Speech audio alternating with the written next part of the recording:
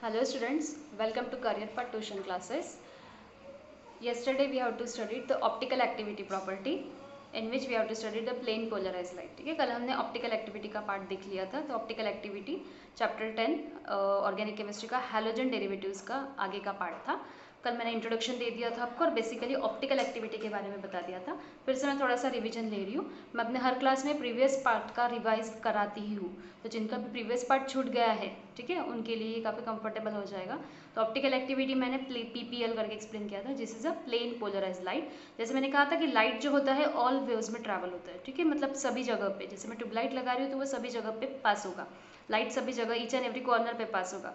पर मुझे simple plain polarise light चाहिए, क्योंकि केमिस्ट्री में कुछ प्रैक्टिकल पार्ट होता है। तो ऑप्टिकल एक्टिविटी एक प्रैक्टिकल पार्ट है जिसमें मुझे कुछ सोल्यूशंस लेना है और सोल्यूशंस का रोटेशन देखना है, ठीक है। तो सोल्यूशंस के रोटेशन देखने के लिए मैं अगर स्पेसिफिकली कोई ब्लर लाइट लूँ, ठीक है, स्पेसिफिकली इस तरीके से अगर ब्लर लाइट लूँ तो वो सोल्यूशन से इजीली पास नहीं हो पाएगा, ठीक है। वो आउट ऑफ बीकर जा सकता है या कहीं भी और भी जगह जा सकता है। तो मुझे ऐसा लाइट चाहिए जिसका एक प्लेन हो, ठीक है, एक सिंगल प्लेन में जाए।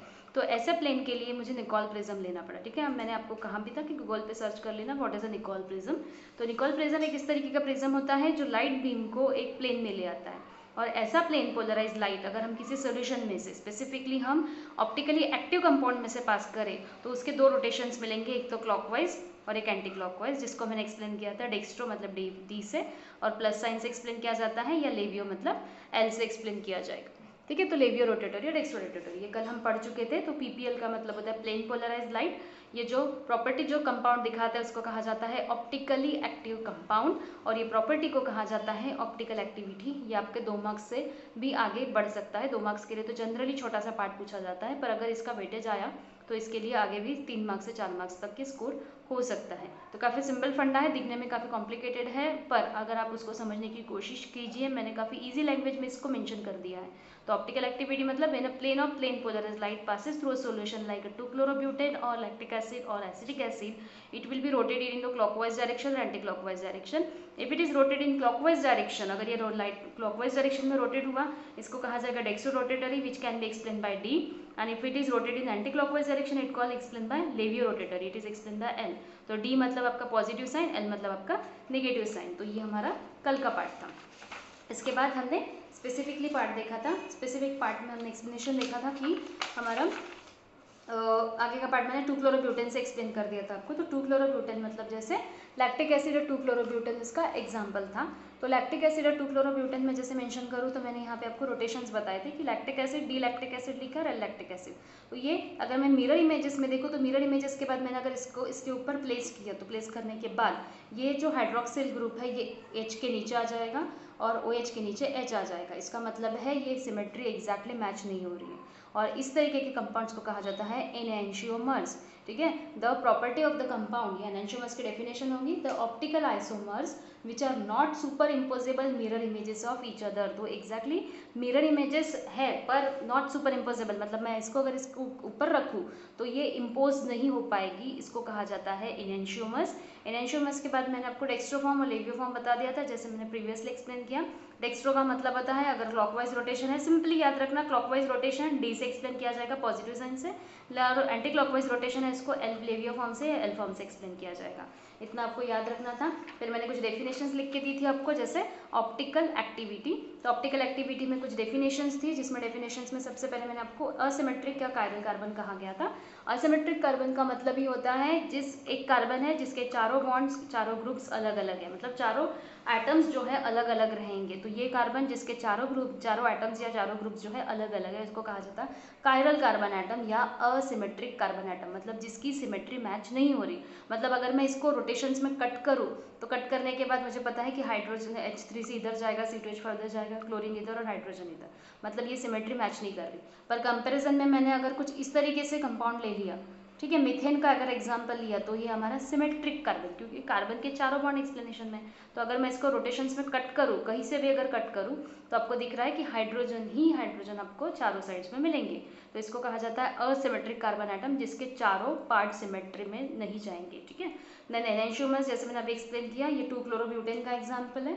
This is example of two chlorobutane. जो कल का पार्ट अगर जिनका स्किप हो गया या नहीं समझा या दिखाई नहीं दिया प्रॉपरली तो 2-chlorobutan is the basic example था, जिसमें कार्बन के साथ इथिल क्लोराइड, ठीक है, इथिल क्लोराइड हाइड्रोजन और CH3 ग्रुप लगा है। तो जैसे मैंने कहा, अगर मैं इसको यहाँ से उठा के इसके ऊपर रखूँ तो मुझे पता है कि ये क्लोरीन इस साइड चला जाएगा, हाइड्रोजन इस साइड आ जाएगा और CH3 इस साइड आ जाएगा, मतलब विच इज नॉट या non super imposable mirror images of each other. ये वर्ड, ये सेंटेंस आना ही चाहिए। अगर एनेंशियोमर्स की डेफिनेशन आई तो आपका ये पर्टिकुलरली पार्ट बहुत इंपॉर्टेंट है, इसके सिवा आपको मार्क्स नहीं मिलेंगे, ठीक है। नेक्स्ट है रेसिमिक मिक्सचर। जैसे मैंने कहा, कुछ कंपाउंड्स ऐसे होते हैं जो दोनों तरीके के स्ट्रक्चर्स दिखाते हैं, जैसे डेक्स्ट्रो भी और लेवियो भी, ठीक है। डेक्स्ट्रो और लेवियो दोनों तरीके के स्ट्रक्चर अगर कोई कंपाउंड दिखा रहा है तो उसको कहा जाता है रेसिमिक मिक्सचर। तो मिक्सचर क्यों? क्योंकि इसमें दोनों तरीके की प्रॉपर्टी है, दोनों प्रॉपर्टी शो ऑफ कर रहा है, इसलिए इसको DIL दोनों से एक्सप्लेन किया जाएगा और ये पॉजिटिव नेगेटिव साइन से एक्सप्लेन होता है, ठीक है। इसके बाद हमने कुछ पार्ट्स पढ़े थे, आगे के पार्ट कंसेप्ट था हमारा। जैसे मैंने कहा कि आपका जो कार्बन कंपाउंड्स होते हैं, ये जो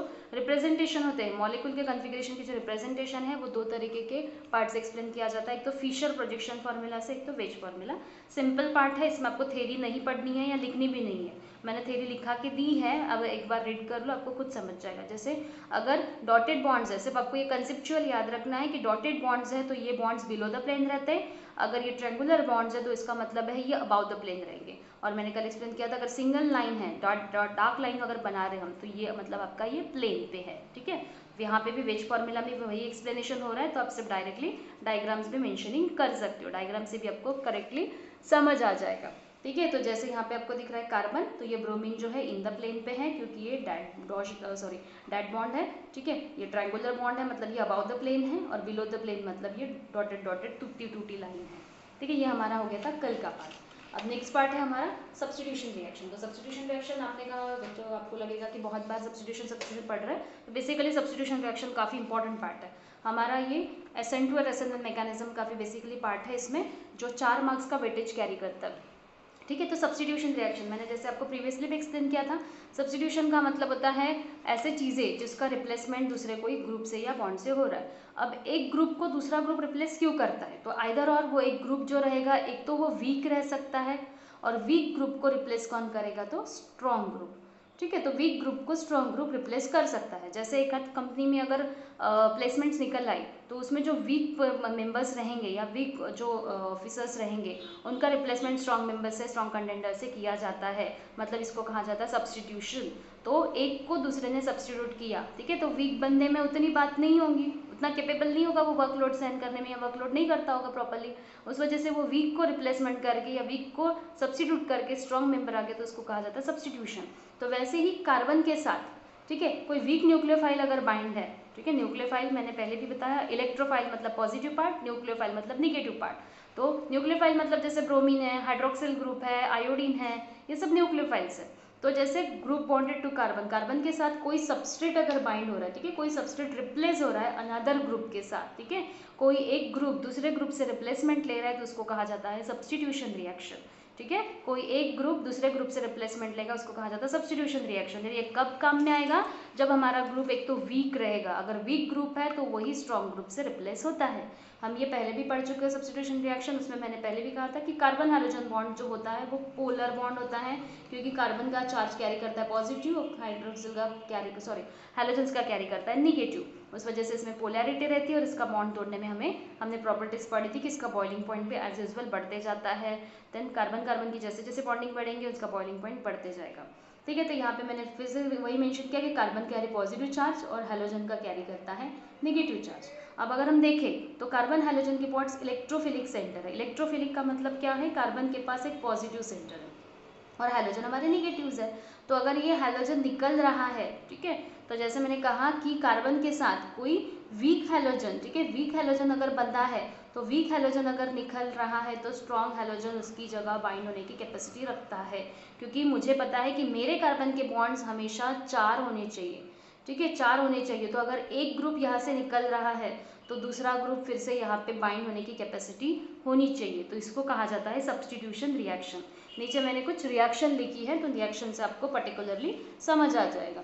जैसे ध्यान दीजिए, NU का मतलब होता है न्यूक्लियोफाइल, ठीक है, मैं इतना नीचे भी एक्सप्लेनेशन दिया है। NU का मतलब होता है न्यूक्लियोफाइल, और न्यूक्लियोफाइल मैंने एक्सप्लेन कर दिया था कि वो निगेटिव चार्ज होते हैं, और ये अल्किल हैलाइड्स है, ठीक है, अल्किल ग्रुप के साथ हैलोजन बाइंडअप है, ये पॉजिटिव निगेटिव। अब जैसे मैंने कहा कि ये हैलोजन जो होता है अगर ये वीक है, ठीक है, और ये न्यूक्लियोफाइल हमारा स्ट्रॉन्ग है, तो ये वीक न्यूक्लियोफाइल हमारे स्ट्रॉन्ग न्यूक्लियोफाइल को रिप्लेस कर देगा। तो हमारा X बाहर निकल चुका है, X बाहर निकल चुका है और न्यूक्लियोफाइल उसकी जगह बाइंड अप हुआ है।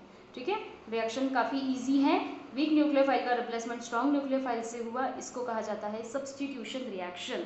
एक का सब्स्टिट्यूट दूसरे ने ले लिया, उसको कहा जाएगा सब्स्टिट्यूशन रिएक्शन। ठीक है, तो ये यहाँ तक का हमारा सब्स्टिट्यूशन पार्ट जो हम पहले भी पढ़ चुके हैं, एज एन बेसिक बहुत जनरल पार्ट है, आपको बहुत जल्दी रीड आउट करने से ही समझ आ जाएगा। अब जैसे मैं आगे बता देती हूँ कि रिएक्टिविटी जो रहेगी, ठीक है, अल्किल हैलाइड्स की अगर हम रिएक्टिविटी पढ़े, स्पेसिफिकली हमने अगर रिएक्टिविटी देखी अल्किल हैलाइड की, तो रिएक्टिविटी जो रहती है वो डिपेंड करती है, ठीक है, किस पे डिपेंड करेगी, तो अल्किल हैलाइड में कौन कौन है, एक तो कार्बन है, एक तो हैलोजन है, तो रिएक्टिविटी भी किस पे डिपेंड करेगी, एक तो कार्बन पे, एक तो हैलोजन पे। तो अगर हम कार्बन पे देखें, नेचर ऑफ कार्बन अगर देखा हमने, रिएक्टिविटी डिपेंड करेगी, तो हमारा कार्बन जो रहेगा एक तो प्राइमरी है, एक तो सेकेंडरी, एक टर्शियरी है। ये पहले भी एक्सप्लेन किया, अगर कार्बन सिर्फ कार्बन से बाइंड अप है तो उसको प्राइमरी, कार्बन 2 कार्बन से बाइंड अप है तो उसको सेकेंडरी, और कार्बन अगर 3 कार्बन से बाइंड अप है तो उसको टर्शियरी। इस तरीके के स्ट्रक्चर्स हम पढ़ चुके हैं।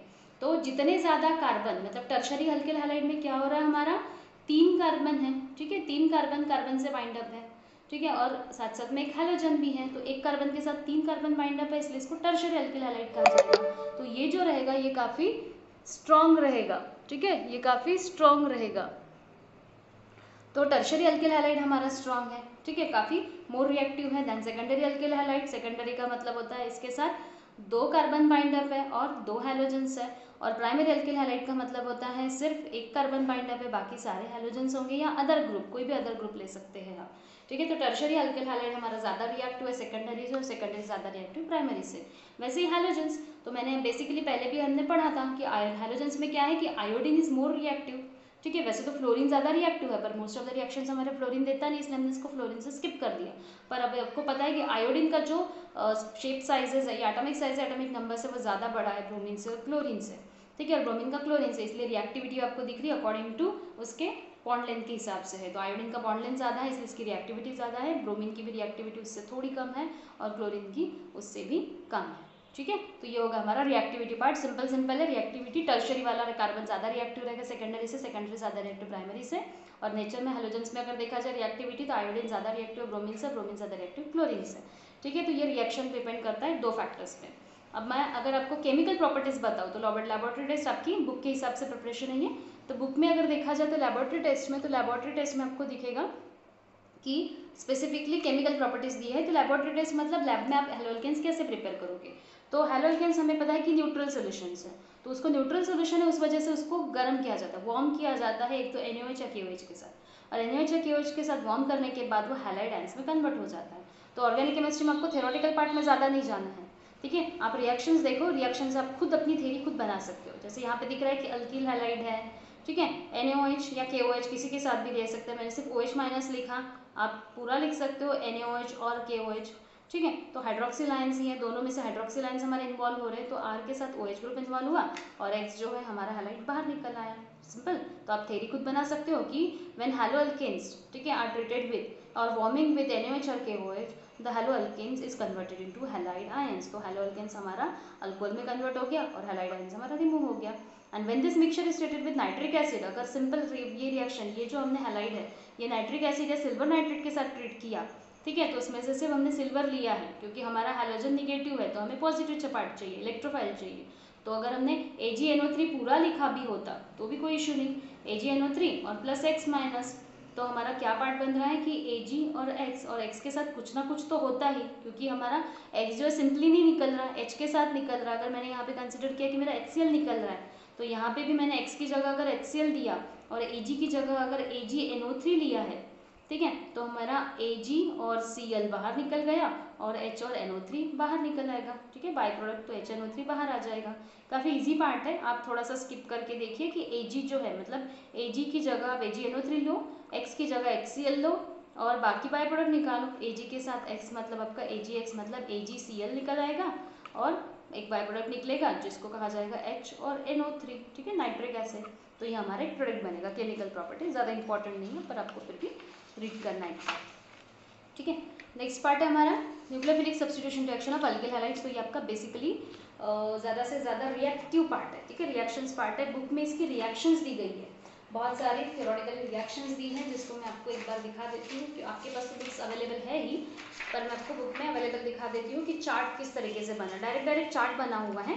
तो जिनको लिखने में बहुत जान पे आ रहा है तो वो चार्ट भी सॉल्व कर सकते हो। तो चार्ट में लिखा है, पर यहाँ पे स्पेसिफिक मेंशनिंग नहीं है, थोड़ा कॉम्प्लिकेशंस है।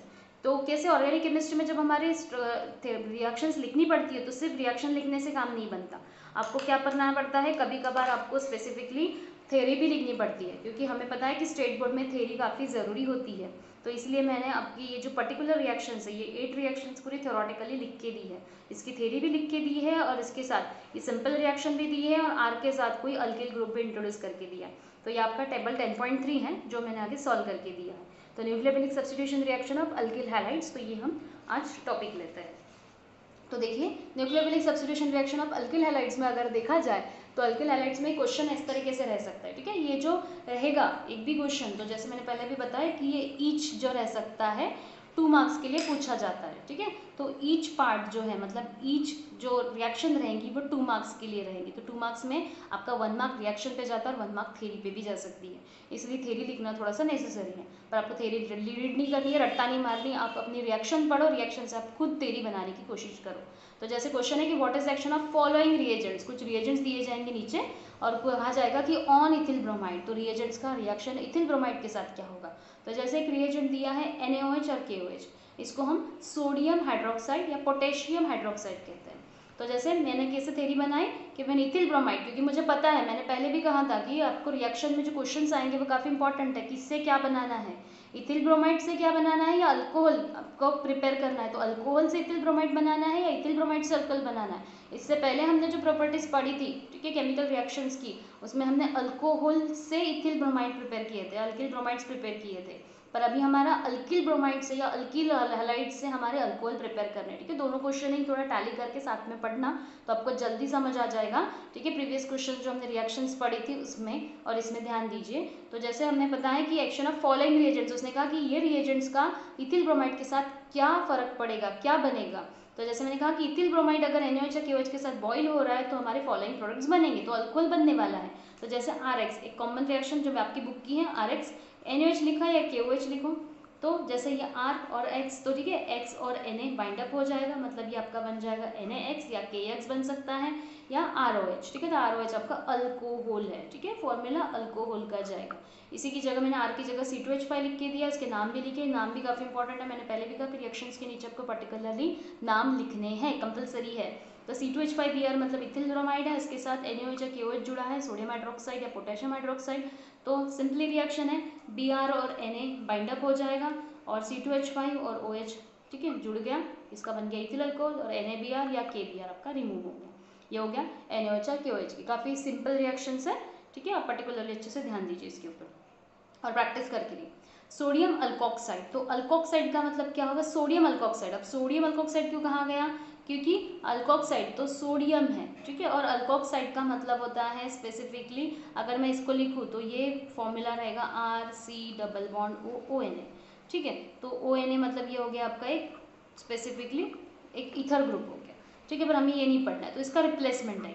तो अल्कोक्साइड का मतलब होता है R और ऑक्सीजन, ठीक है। तो अगर मैं जैसे मैंने अगर ग्रुप लिखा CH3O, ठीक है, तो मुझे पता है कि CH3 तो मीथेन का पार्ट है और ऑक्सीजन इन्वॉल्व है, इसलिए इसको क्या कहा जाएगा, मिथॉक्साइड, ठीक है, इट्स नेम इज मिथॉक्साइड। तो उसी तरीके से C2H5 रहता तो इसको इथॉक्साइड, तो इसलिए R है इसलिए मैंने इसको अल्कोक्साइड एक्सप्लेन किया, ठीक है, सोडियम और ये अल्कोक्साइड्स है। तो CH3O होता तो मिथॉक्साइड होता, C2H5 होता तो इथॉक्साइड होता। तो सिंपल रिएक्शन फिर से RX + NaOR गिव्स ROR, तो फिर से मेरा Na और X बाहर निकल आएगा, ये R, O और R ये तीनों जुड़ गए हैं। ROR आपका फॉर्मूला पता ही है आपको, ये फॉर्मूला है आपके ईथर का, दिस इज अ ईथर, ठीक है। ROR आपका ईथर का फॉर्मूला है, और NaX मतलब आपका सोडियम हैलाइड रिमूव हो गया, इसकी जगह मैंने C2H5Cl लिखा है, और आपका सोडियम अल्कोक्साइड, तो सोडियम की जगह सोडियम तो एज इट इज है, अल्कोक्साइड मतलब इथॉक्साइड हो गया, ठीक है। मैंने पहले भी बताया R की जगह आप कोई भी अल्केन ग्रुप लिख सकते हो, तो इथेन लिखो, प्रोपेन लिखो, according to their name change होते जाएंगे। अगर प्रोपेन रहेगा तो सोडियम प्रोपोक्साइड, पेंटेन रहेगा तो सोडियम पेंटॉक्साइड, ठीक है। तो उसके अकॉर्डिंगली इसके नाम चेंज हो गया। आप और भी रिएक्शन इसकी कर सकते हो, कैरी फॉरवर्ड करो, थोड़ी बड़े रिएजेंट्स लो और बड़े रिएजेंट से ट्रीट करो। सिंपली फिर से Na और Cl बाहर निकल आएगा, ठीक है, ये तो बाहर निकल नहीं है, और C2H5 O और C2H5 जुड़ गया, ठीक है। तो इसे से डाईथील ईथर, तो इसका नाम हो गया आपके डाईथील। डाईथील क्यों? क्योंकि 2 इथिल ग्रुप है और सरनेम इसका ईथर का है। तो ये काफ़ी ईजी सा पार्ट है, आपको जल्दी समझ जाएगा। रिएक्शंस पार्ट है, मतलब आपका इंटरेस्ट भी डेवलप रहेगा, ठीक है। नेक्स्ट टॉपिक है हमारा, नेक्स्ट टॉपिक नहीं, उसी का कंटिन्यूशन में थर्ड रिएक्शन है सिल्वर कार्बोक्सिलेट। तो सिल्वर कार्बोक्सिलेट अब में आप देखिए, सिल्वर कार्बोक्सिलेट, सिल्वर का फॉर्मूला क्या है?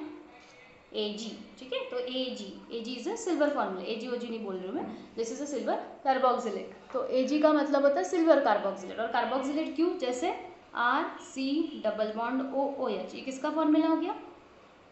ये फॉर्मूला है कार्बोक्सिलिक एसिड का, ठीक है। ये कार्बोक्सिलिक एसिड पर इसका हाइड्रोजन रिप्लेस होके हमारा Ag लगा है, इसलिए इसको कहा जाएगा सिल्वर कार्बोक्सिलेट, ठीक है। नाम में ही फिर से टर्म है इसकी। तो अल्किल हैलाइड जब सिल्वर कार्बोक्सिलेट के साथ ट्रीट होगा, जैसे RCOAG, ये आपकी बुक का पार्ट है, RC डबल बॉन्ड OR और R। तो जैसे मैंने फिर से कहा है कि Ag पॉजिटिव पार्ट है, हैलोजन हमारा निगेटिव पार्ट है, ठीक है। पॉजिटिव निगेटिव, आप जिनको रिएक्शंस पार्ट नहीं आता तो वो थोड़ा सा पॉजिटिव निगेटिव से ट्रीटमेंट करा कीजिए, ठीक है। R पॉजिटिव है, हैलोजन निगेटिव है, RCOO पॉजिटिव पार्ट हो गया, हैलोजन हमारा निगेटिव पार्ट हो गया, तो हमारा पॉजिटिव निगेटिव से जुड़ेगा तो R और RCOOR ये जुड़ गया हमारा, ठीक है। RCOR जुड़ गया, इसको कहा जाएगा ईस्टर, ठीक है। ये नया पार्ट है। अब ईथर और ईस्टर में डिफरेंस आपको समझ ही आया है, ठीक है। ईथर में क्या था हमारा? डायरेक्टली ROR था, यहाँ पे हमारा कार्बन इंट्रोड्यूस नहीं था, दिस इज अ ईथर। पर ईस्टर में हमारा फॉर्मूला जाएगा C डबल बॉन्ड O का, ठीक है। तो ईस्टर, ईस्टर मतलब यहाँ पे आपका कार्बन इन्वॉल्व हो रहा है, ठीक है। थोड़ा सा ध्यान दीजिए, ये आपका 11th का पार्ट है। C2H5Cl इथिल क्लोराइड के साथ लिखा मैंने, इसकी जगह मैंने फिर से R की जगह C2H5 ले लिया, ठीक है। तो ये आपका क्या हो गया? नाम क्या हो गया इसका? जैसे इसका नाम था सिल्वर कार्बोक्सिलेट, वैसे इसका नाम क्या हो जाएगा? तो सिल्वर इथोक्सिलेट, ठीक है, क्योंकि इथेन ग्रुप है, इथेन ग्रुप होने की वजह से इसका तो सिल्वर, और ये कार्बन की जो कार्बन के साथ इथिल ग्रुप लगा, इसलिए इसका नाम होगा इथोक्सिलेट। और मैं अगर फिर से Ag और Cl बाहर निकाल दूँ, जो स्क्वायर में बना रही हो वो बाहर निकलने वाले, वो बाय प्रोडक्ट्स है आपके, ठीक है। जो डब्बे में बना रही हो वो बाय प्रोडक्ट्स है, तो Ag और Cl बाहर निकल गए, बाकी सारी चीज़ें एज इट इज जुड़ जाएगी, C2H5 COO C2H5, मतलब आपका कितने हैं? 2 इथिल। तो अगर कंपेरेटिवली देखें तो ये एक इथिल पार्ट हो गया, ये इथिल, और ये हो गया पूरा इथोनेट, ठीक है। तो ये हो गया आपका ईस्टर, ठीक है। ईस्टर परफ्यूम्स एजेंट्स होते हैं, पता होगा, वैनिला परफ्यूम्स इसेंस जो होते हैं आप केक्स में वगैरह आइसक्रीम्स में यूज़ करते हो, जिसकी स्मेल आती है आपको, तो उसको कहा जाता है ईस्टर्स। ईस्टर एक परफ्यूम एजेंट्स होते हैं, इसलिए काफ़ी इंपॉर्टेंट है इनके प्रिपरेशंस लैब्स में। स्पेसिफिकली आपको पता है आजकल खाने पीने की ज़्यादा चीज़ें स्मेल से वगैरह ज़्यादा चलती है, ठीक है। स्मेल से वगैरह आपको बहुत ज़्यादा पसंद आता है कोई चीज़, तो इसमें ईस्टर्स परफ्यूम्स होते हैं, और मोस्टली जो स्प्रे परफ्यूम्स वगैरह यूज़ करते हैं उसमें भी ईस्टर्स जाते हैं, ठीक है। नेक्स्ट है अल्कोहलिक अमोनिया। अमोनिया का फॉर्मूला है हमारा NH3। अब NH3 को आप शॉर्टकट में, अगर आपको NH3 कभी मिला तो आप इसको इस तरीके से लिखो NH2.H, क्योंकि इसमें से कंपलसरी रहता कि NH2 ग्रुप आपका बाइंड होता है और H ग्रुप आपका बाहर निकलता है, ठीक है। तो फिर से मैं थेरी मैंने लिख के दी है आपको, ठीक है। आप थेरी एज इट इज लिख लो, पर मैंने पहले भी कहा थेरी ज़्यादा इंपॉर्टेंट नहीं है, थेरी आप खुद भी बना सकते हो। तो जैसे RX अल्किल हैलाइड है, अमोनिया के साथ बॉईल हो रहा है, तो इसका RNH2, क्योंकि मैंने पहले कहा इसको शॉर्ट लिस्टेड कर दो NH2.H, ठीक है। डॉट का मतलब होता है क्रॉस मल्टीप्लीकेशन बोला जाता है केमिस्ट्री में डॉट को। तो R के साथ लगा है आपका NH2 ग्रुप, और हाइड्रोजन के साथ हैलोजन बाइंड अप हो गया, ठीक है, वो बाहर निकल गया। R की जगह मैंने C2H5 लिया है, तो C2H5 NH3 के साथ बाइंड अप हो रहा है, तो बॉईल होकर फिर से C2H5 NH2, मतलब फिर से NH2 बाहर निकलेगा, और जैसे फिर से मैं यहाँ पे लिख देती हूँ NH2 और H, तो ये H और ये Br बाहर निकल आया, और NH2 ग्रुप जो है इसके साथ लग गया, ठीक है। काफ़ी इजी रिएक्शन है, ये हम पहले भी पढ़ चुके हैं। नेक्स्ट है अल्कोहलिक पोटेशियम साइनाइड। तो अल्कोहलिक का मतलब क्या होगा? ये अल्कोहल में मिक्स सोल्यूशन बनाया जाता है, इसलिए इसको अल्कोहलिक पोटेशियम, के मतलब पोटेशियम, Cl मतलब साइनाइड, ठीक है। तो पोटेशियम साइनाइड और पोटेशियम आइसोसाइनाइड की दो अलग अलग पार्ट है। तो अगर साइनाइड देखें तो आपको साइनाइड कुछ इस तरीके से लिखना पड़ता है, C�N, ये है साइनाइड का फॉर्मूला। पर अगर हम उसको उल्टा करके लिखें N�11C, तो इसको कहा जाता है आइसोसाइनाइड, ठीक है। मतलब वही रहता है पर नाम चेंज हो जाता है। अब ये क्यों चेंज होंगे, क्यों चेंज नहीं होंगे, इसका रीज़न हम आगे नेक्स्ट चैप्टर्स में देंगे। इस चैप्टर में आपका इसका बेसिकली पार्ट ज़्यादा नहीं है। ठीक है। साइनाइड आइसोसाइनाइड का पार्ट हमारा बेसिकली जाता है नाइट्रोजन कंपाउंड कंटेनिंग कंपाउंड्स में, ठीक है। तो इसमें भी अल्किल हैलाइड जब केसीएन के साथ बॉईल होगा, ठीक है, केसीएन कहा उसने, केसीएल के साथ जब बॉईल हो रहा है सिंपली, ठीक है, तो केसीएल के साथ बॉईल होने के बाद आपको दिख ही रहा है कि डायरेक्ट रिएक्शन है, फिर से हैलोजन और के बाहर निकल आएगा, ठीक है, KX बाहर आ गया, R और CN जुड़ गया, C2H5Cl, C2H5Cl के साथ KCl, फिर से Cl और K बाहर निकल आया, C2H5CN जुड़ गया है, इथिल साइनाइड, ठीक है, इथिल ग्रुप है, CN ग्रुप साइनाइड है, इसलिए इथिल साइनाइड।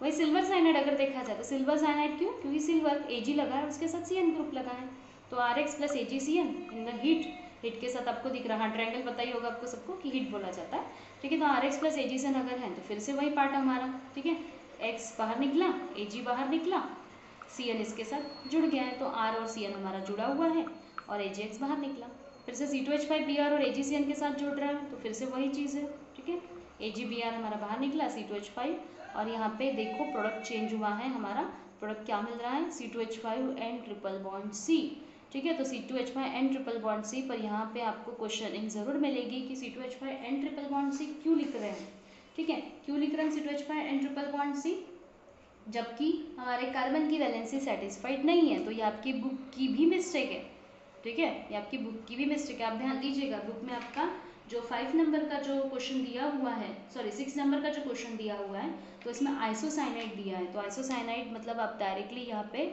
आइसोसाइनाइड की जगह, क्योंकि ये अगर आपने एग्जाम में लिखा तो आपका गलत हो जाएगा, इसलिए आप इस तरीके से ही लिखिएगा इसको, ठीक है। तो बुक में आपको N ट्रिपल बॉन्ड से लिखा है, पर ये कार्बन की वैलेंसी देखो 3 ही है, मतलब एक बॉन्ड अनसेटिस्फाइड है, मतलब ये स्ट्रक्चर आपका गलत हो जाएगा, ठीक है। मैंने जानबूझ के लिख के दिया है ये पहले ही, तो आपको कुछ इस तरीके से लिखना है, इथिल साइनाइड, तो आइसोसाइनाइड लिखो, साइनाइड लिखो, it will be same things है, ठीक है, इसमें कोई ज़्यादा चेंजेस नहीं। एंड लास्ट है, लास्ट नहीं second last, potassium nitride, potassium nitride मतलब KNO2, तो पोटेशियम मतलब K, नाइट्राइड मतलब NO2, ठीक है। तो इसमें अगर KNO2 ट्रीटमेंट कर रहा है तो फर्दर ट्रीटमेंट फिर से मेरा X बाहर निकल आएगा K के साथ और NO2 ग्रुप R के साथ जुड़ गया।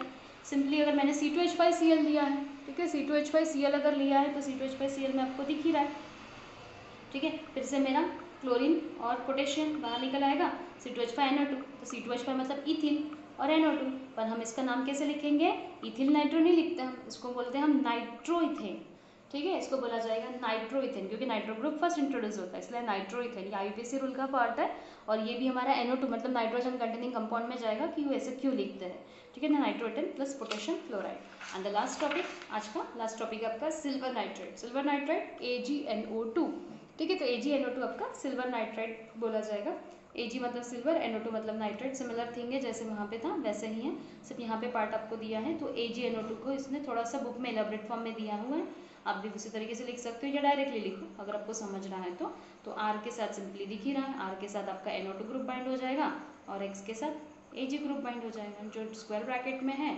वो आपके बाय प्रोडक्ट्स है और जो सर्कल्स बना रही हो वो आपका मेन प्रोडक्ट है, तो R और NO2 सिंपली RNO2, और इसकी जगह मैंने फिर से C2H5Cl लिखा है AgNO2 के साथ, तो ये आपका नाइट्रोइथेन बनाएगा, ठीक है, तो नाइट्रोइथेन और सिल्वर क्लोराइड, ठीक है। तो आज का हमारा टॉपिक हो गया यहाँ पे मोस्ट ऑफ द कवर, तो न्यूक्लियोफिलिक सब्स्टिट्यूशन रिएक्शन हमने देखा, साथ साथ में सब्स्टिट्यूशन रिएक्शन मैंने पढ़ा है। सब्स्टिट्यूशन रिएक्शन आपका SN to SN1 में काफ़ी इंपॉर्टेंट पार्ट है जो आगे जाएगा। तो सब्स्टिट्यूशन में हमने देखा कि एक वीक न्यूक्लियोफाइल को स्ट्रॉन्ग न्यूक्लियोफाइल अगर रिप्लेस कर रहा है तो उसको कहा जाता है सब्स्टिट्यूशन रिएक्शन। इसमें मैंने आपको दोनों तरीके के रिएक्शंस बता दिए हैं, weak nucleophile and strong nucleophile की रिप्लेसमेंट की। उसके बाद हमने रिएक्टिविटी देखी थी, तो रिएक्टिविटी जितना ज़्यादा कार्बन उतना रिएक्टिविटी ज़्यादा, ऐसे याद रखना, और आयोडीन बड़ा कंपाउंड है इसलिए इसकी रिएक्टिविटी भी ज़्यादा, इस तरीके से आप याद रखना। केमिकल प्रॉपर्टीज ज़्यादा इंपॉर्टेंट नहीं है, ठीक है, पर फिर भी मैंने लिखा के दिया हुआ है केमिकल प्रॉपर्टीज में chemical reaction specifically lab method पूछा जाता है, ठीक है, ज़्यादा इंपॉर्टेंट है इसका मतलब ये नहीं कि आएगा नहीं, या मुझे बोलना मत बाद में क्या आ गया, तो ठीक है, तो लैब मेथड आ जाता है, तो लैब में कैसे प्रिपेयर कर सकते हैं, क्योंकि मोस्ट ऑफ द चीज़ें हमें लैब में प्रिपेयर करनी पड़ती है, तो लैब में प्रिपेयर करने के लिए हमें क्या करना पड़ता है, तो इसका फर्दर ट्रीटमेंट यहाँ पे दिया गया है। उसके बाद हमने बेसिकली रिएक्शंस पार्ट देखा था कि NaOH के साथ रिएक्शन कैसे होगी, सोडियम अल्कोक्साइड की रिएक्शन कैसे होगी। नेक्स्ट है सिल्वर कार्बोक्सिलेट, नाम के साथ ही इसको पढ़ो, और आपको जैसे मैंने यहाँ पे C2H5 के साथ रिएक्शन दी तो आपको फर्दर और एक रिएक्शन लिखनी है प्रोपेन या ब्यूटेन के साथ, जो भी आपको कंफर्टेबली आ रही है उसके साथ एक रिएक्शन फिर से बनाओ। ये दो तो बनानी है आपको, पर उसके साथ एक नेक्स्ट रिएक्शन भी बनानी है, ठीक है। सिल्वर कार्बोक्सिलेट, सिल्वर मतलब Ag, कार्बोक्सिलेट COAG, मैंने फॉर्मूलाज बना के दिखा है आपको। अमोनिया, अल्कोहलिक अमोनिया क्यों कहा जाएगा, क्योंकि अमोनिया जो है अल्कोहल में डिजोल्व किया गया, इसलिए अल्कोहलिक अमोनिया कहा जाता है। Same reaction alcoholic potassium cyanide, नाम पोटेशियम, CN साइनाइड, ठीक है, CN साइनाइड। उसके बाद आपका लास्ट टॉपिक सिल्वर नाइट्रेट, तो Ag और Na, this is a silver nitrate. तो आज का टॉपिक हमारा यहाँ खत्म होता है। कल से हमारा बेसिकली मोस्ट इंपॉर्टेंट पार्ट शुरू हो जाएगा, SN2 और SN1 मैकेनिज्म। हैलो अल्केन्स में या हैलो एरेंज में, मतलब हैलोजन डेरिवेटिव्स नाम के चैप्टर में आपका 4 मार्क्स का वेटेज कैरी करता है, आइदर SN2 या आइदर SN1। ये आपकी दो रिएक्शंस काफ़ी इंपॉर्टेंट है और काफ़ी इंपॉर्टेंट रहती है हर साल, ठीक है। बेसिकली अगर आए तो ये कन्फर्मली आती है, ठीक है। नहीं कुछ तो इसमें से थोड़ा सा पार्ट ज़रूर आता है, इसलिए ये बहुत इंपॉर्टेंट है। पर इससे पहले आपका ये पार्ट जज होना, ये पार्ट अच्छे से रिथमेटिकली प्रोग्रेस होना ज़रूरी है, ठीक है। तो आज का टॉपिक अगर समझ गया तो मेरे चैनल को सब्सक्राइब कीजिए, लाइक कीजिए। Thank you, tata bye bye.